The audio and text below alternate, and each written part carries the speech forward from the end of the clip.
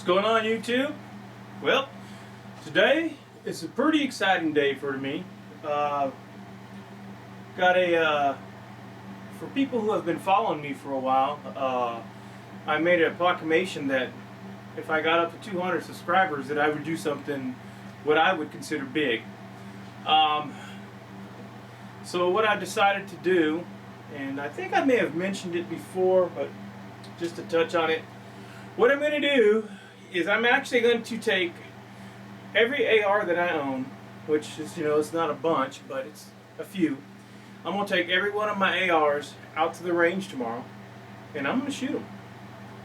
And it's going to be pretty interesting. Well, for one, it's going to be interesting because this is going to be the first time that I'm going to actually have to do this video by myself. Reason being is, today is Good Friday. And so tomorrow, being Easter weekend, I couldn't get nobody to help, basically, because everybody's got plans. So, with that being said, I've got a pretty big feat here to get everything ready and get everything set up and shoot the video and so on and so forth. So, I just want to let y'all know that I hope y'all appreciate this video that's coming up tomorrow, but today it's probably going to be just as much work as tomorrow, because I got a lot of prep I got to do to get it all set up for tomorrow. So what I thought I'd do with that is, I don't want to make the video, because if I basically did my intro like I normally do and describe things and then went out to the range into shooting, the video would be way too long. And so I definitely don't want to do that. So what I'm going to do is I'm going to break it up into two parts. And as the title entails, this is the day before the big shoot. So today what I'm going to do is I'm going to get all the introductions of the guns and this, that, and the other, and all the other specifics out today. And then tomorrow we'll basically just pretty much be shooting the guns, maybe just a little bit of what I'm doing or whatever. And get some targets set up, get some pretty decent angles, and just basically shoot some ammo. This is going to be the most ammo that I've ever shot at any one time. And so what I'm going to do right first is I'm going to go ahead and move the camera, get a different angle, and I'm going to show you the ammo that we're going to be shooting and how much, tell you what magazines, and then we'll do a little detail of the guns, each one, and some specifics about them. And then come tomorrow will be the actual shoot. So what I'm going to do is we're going to go ahead and pause it here. I'm going to go ahead and reposition the camera and to show the mags and the ammo, and we'll be right back. Okay, so here we go. So here are the mags. This is what we're going to be shooting tomorrow. Now, some people, this may not be a lot. Now, these are not all the AR mags that I have. I've got several more put up, but I didn't want, these are the ones that I pretty much have got handy, I guess you could say, and that are around. And so what I did is I got these and loaded them up, and these are what we're going to shoot, but it's still a lot. Anyway, so what I want to do is I just want to go over, first of all, let you know what ammo I'm going to be shooting out of the guns, or out of the magazines, and then go from right to left to tell you what the mags are, and go from there. So the ammo that I'm going to be shooting tomorrow, except for there's two mags in there that's got two different, but what I'm going to be shooting is going to be Federal 223 Remington 55 grain. But like I said, I've got two mags in there somewhere. You'll probably notice them. The green tip, the 62 grain. I think that's the PMC. But anyways, so let's go. Let me zoom in here a little bit, and we'll go from right to left, like I said. All right. Now these first here, I don't know if you can tell. Maybe I'll kind of get a little bit of angle. These are those mags that you can put them together. And I've actually got, let me zoom out. Oops, zoom out. I've actually got all of these connected together. See, these are all together. Kind of heavy because they get full of ammo. Anyways, so what these are called Elite Tactical magazines. I've had nothing but good luck with these mags. I can't remember when I bought them, but I bought a buttload of them. I want to say I paid no more than about 12 bucks a piece for them. I believe Iraq Veteran 8888 did a review on these. Did some torture test on these actually. I think he did it with a bunch of them, but this was one of the mags that he did it, and they held up very, very well. And I also saw another video, so I got them, and I like them. So haven't had any issues of feeding or anything. So those are going to be cool. I also like them because they got the little dust covers on them. Next to those are some PMags. Okay, these are some PMag. These are Gen 3 PMags. By the way, all these mags, except for when I tell you, are 30-round mags. But anyway, so these PMags are Gen 3 PMags. As far as the Elite Tactical, there's 6 there. With the PMags, there's 3. Okay. Then next to them is these are Lancer mags. I haven't had an issue out of these either. And there's 5 of those. And then the next 2 stacks, there's 10 of these, and these are IMI Defense. I got these, I believe I got these years ago on Cheaper Than Dirt. When Cheaper Than Dirt sold stuff cheaper than dirt. I've used them from time to time. I haven't had any issues for it, weak springs or anything. And I keep most of these. I mean, I don't have all this kind of ammo in all my mags at one time, but for the most part, I do keep mags loaded at all times. And I've taken them out and shoot them, and I haven't had an issue with weak springs. All right, let's go to the next ones. Now, the next 2 rows, or the next 3 rows, these are going to be 40-round magazines. All right, so the first 2 are just some PMags, Gen 3s, 2 mags of those, and then next to those in the middle are Pro mags. They didn't say nothing on those mags about any kind of generation or whatever it is, so I don't know. And then the next to those are just 2 regular standard GI mags. And then last over here, these are Wyndham Weaponry mags. I call them GI mags because they're the metal ones, but they are actually, they come from Wyndham Weaponry, and there's 4 of those. So in total, I should have counted it. So we got 6, 11, 14, 24, 26, 28. We got 36 mags altogether.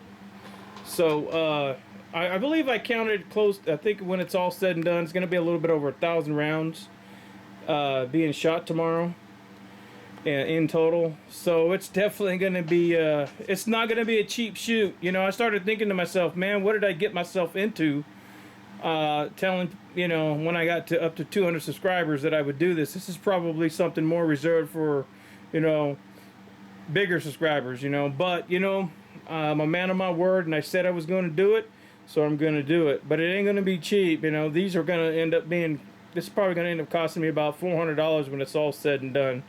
And this is all on my own. But hey, first of all, I'm a man of my word, and I want to keep my word to you guys. But more importantly than that, I love to shoot anyway. So anyway, so what we're going to do is going to pause it, and then I'm going to reposition, and then we'll go ahead and take a look at the guns.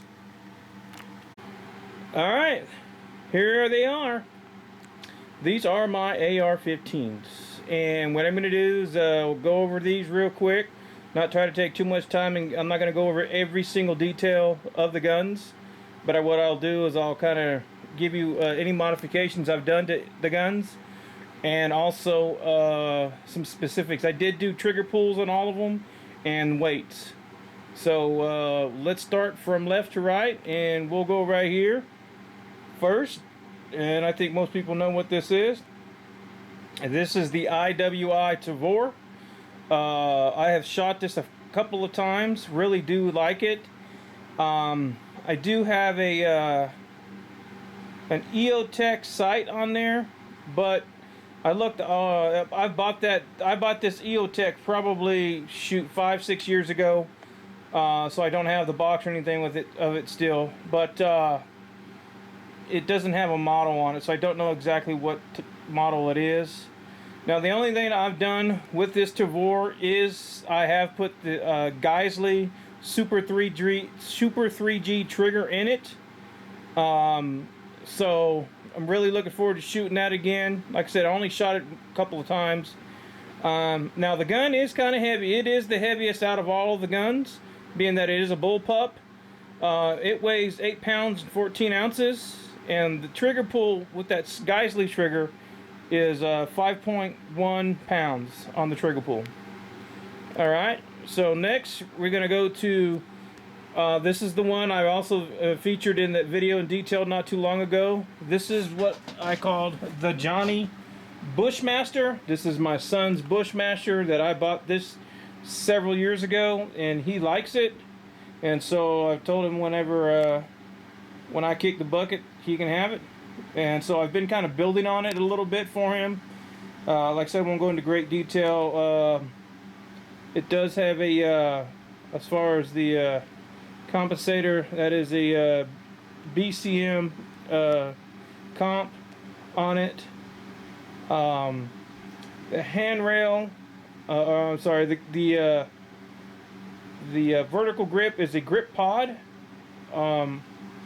Now I don't remember this. I think this is just some kind of generic quad rail. It is quite heavy, but I bought this years ago. I still have the A2 handle on it. The trigger on this is stock, but for it being a stock trigger, it actually is lighter than some of the other triggers that I got. Oh, then I also got a Magpul CTR that I put on there on the buttstock. But the trigger pull on this one was 6.5 pounds, and the weight of the actual gun is 7 pounds 11 ounces. So, all right. Now, next one is the one that I built, and now this, like I said, it's got a bunch, all the bells and whistles on it, but I'll just touch on a few. Oh, also, I'm going to say the bolt carrier group. Sorry. The bolt carrier group in that Bushmaster is a Voodoo bolt carrier group. Alright, now this is the one, like I said, this is the one that I built. This is the one that I'm calling the Spikes Tactical AR because it's pretty much the upper and the lower is Spikes Tactical. The barrel is. But I also have in this one the Geissele Super 3G trigger in this one also, and that comes in at 2.9 pound trigger pull. And let me see here, and the weight of it is a little bit heavy, but you know, I do have I have a flashlight, I do have a micro golly, I can't talk right now, the aim point, sorry, H1 micro on there. And but with all that on it, it makes the gun weigh 7.8 pounds. So not the lightest of all them, but it's not the heaviest. But it's still a fairly good gun. All right, next to it, as far as weight is concerned, next to it is my Colt LE 6940. This is almost stock. The only thing that's not stock on this gun is the bolt carrier group, and this also has a Spikes Tactical nickel boron. I'm sorry. I'm reading my notes back. This gun actually is completely stock. I'm sorry, the Colt. Now the trigger pull on this is 6 pounds. And the gun itself weighs 6 pounds 14 ounces. So it's fairly light gun. Next to that is a Core 15 TAC 3 AR-15 that I bought a while back. Not really shot this one quite a bit, but it's got a I did swap this out, and I do have a Daniel Defense bolt carrier group inside of it. But besides that, the gun is stock. The weight of the gun is 6.5 pounds, and it's got a 5 pound trigger pull in it. And going on to the next one. Now this is the lightest gun out of all of them, and this is a Wyndham Weaponry carbon fiber AR-15. This is the one that my wife bought for me during Christmas, if you guys remember. The only thing that I've changed in this one is I put a Spikes Tactical, just a regular nickel, just a regular bolt carrier group in it. Now this gun weighs only 6 pounds, and the trigger pull on it is 6.9 on the trigger pull, so not too bad for being a stock trigger. And then next is my Daniel Defense Mark 12. This gun also is stock. Nothing out of the ordinary on it. Like I said, there's a bunch of cool bells and whistles on it. It's got a Geisley trigger, and it also comes stock. It's got a BCM gunfighter, a charging handle that comes on it, some other stuff. The trigger pull on that one is 4.7, and the total weight of the gun is 7 pounds 7 ounces. And then finally, my last gun is another Daniel Defense. This is the Daniel Defense M4V1. Now, I do have a Spikes Tactical nickel boron also that I put in there. Now, this trigger is not... This is the TacCon 3MR trigger. Now, this trigger is supposed... It has actually 2 settings on there. It's got the stock setting, and then it has a setting that basically all it really is, if you master the trigger. Now the trigger is about $500 if I remember. It may be cheap now, but when I first bought it, that's what it was. And you put it on the second setting. What it is, it's got a very, very, very short reset on it. So that basically what it is because the reset is short, if you've got a good trigger pull with your finger and you can master it, you can kind of emulate, I guess you could say like bump fire or rapid fire, and just you got to really work at it to get it to fire really fast. Now the trigger pull for both the stock and the rapid fire setting runs around anywhere between 4.2 to 4.3 pounds. So basically that's it. Those are the rifles that I'm going to be taking out tomorrow, and we'll be shooting. Like I said, it's going to be fun. It's going to be taxing, but it's also going to be fun due to the fact that I get to go out and just blow away a bunch of ammo. And I imagine that when I go to my local gun range and people see me stacking all these ARs up, I'm probably going to get a few looks. So anyways, like I said, this is what I promised you guys when I got up to 200 subscribers. It's going to be kind of hard to try to top this later on down the road when I get more. I think I may choose my words wisely from now on, and if I get to another milestone, figure out what else we're going to do. But anyways, I'm going to go ahead and reposition the camera and give you some final thoughts, and we'll be right back.